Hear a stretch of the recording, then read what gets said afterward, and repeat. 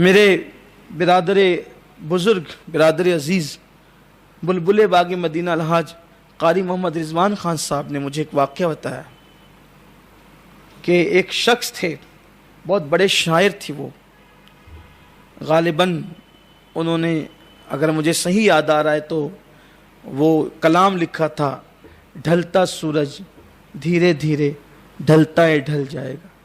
کلام ایک وقت بہت چلا تھا، یہ پڑھنے والوں نے بہت پڑھا تھا اس کو۔ تو قاری صاحب فرماتے تھے کہ میری ابتدائی جوانی تھی اور ان کا آخری وقت تھا، تو میں ان کے پاس کچھ مدد لے کر کے جاتا تھا۔ تو اتنے بڑے شاعر کے آخری ایام اتنے قسم پرسی کے تھے کہ ان کے بستر سے اتنی بدبو آتی تھی کہ وہاں بیٹھنا مشکل ہوتا تھا، یعنی کوئی جو ہے وہ وہاں پر ان کی خدمت کرنے والا بھی نہیں تھا۔ عروج کے دنوں میں انسان بہت تکبر کرتا ہے۔ عروج کے دنوں میں انسان جب اللہ اسے دولت دے، عزت دے، جوانی ہو، شان و شوکت ہو، سب کو یاد رکھتا ہے، دینے والے خدا کو بھول جاتا ہے۔ اکثر لوگوں کا حال یہ، جوانی خدا نے دی اس کو نہیں یاد کی، دولت خدا نے دی اس کو یاد نہیں کیا، کاروبار خدا نے دیا اس کو یاد نہیں۔ ایسا لگتا ہے کہ جیسے یہ سب اپنے باپ کا ہے، دنیا اپنے باپ کی ہے، اقتدار اپنے باپ کا، سب اپنا ہے، کون کیا کر لے گا اور کون کیا کر سکے گا، لیکن وہ خدا کو بھول جاتا ہے۔ سب کو یاد رکھتا ہے، خدا کو نہیں یاد رکھتا، نہ اس کی عبادت کرتا ہے، نہ اس کی عبادت کے لیے ٹائم نکالتا ہے، بڑی بڑی باتیں کرتا ہے۔ جب قدرت دی ہوئی نعمت چھیننے لگتی ہے تو آگے پیچھے چلنے والے بھی ساتھ چھوڑ دیتے، حتیٰ کہ ایک وقت ایسا آتا ہے کہ انسان کا سایہ بھی اس کا ساتھ چھوڑ دیتا۔ تو ہم وہ بھول نہیں کریں جو بھول دوسروں سے بھی ذلت کی موت کی، ذلت کی موت جن لوگوں کا مقدر بنی جس سبب سے، اللہ کو بھولنے کی وجہ سے، وہ بھول ہم نہ کریں۔ وقت نکالیں، ٹائم نکالیں، جوانی کے جوش میں، دولت کے جوش میں، اقتدار کے نشے میں اللہ کو کبھی مت بھولو، سجدہ کبھی ترک مت کرو، سجدے کو ہمیشہ کرو۔ سفر میں رہو، حضر میں رہو، خوشی میں رہو، غم میں رہو، یاروں میں رہو، دشمنوں میں رہو، امن میں رہو، فساد میں رہو، جس حالت میں رہو سجدے کو لازم پکڑو۔ سجدے کی برکت ہے، غم میں کرو تو غم چھٹ جاتے ہیں، خوشی میں کرو تو خوشیاں دوبالا ہو جاتی ہیں۔ سجدے کی بڑی شان ہے، سجدے کا بڑا مقام ہے۔ تو ذلت کی موت سے اگر بچنا ہے، ذلت کی موت سے اگر بچنا، بڑے ذلیل ہو کر لوگ مرے،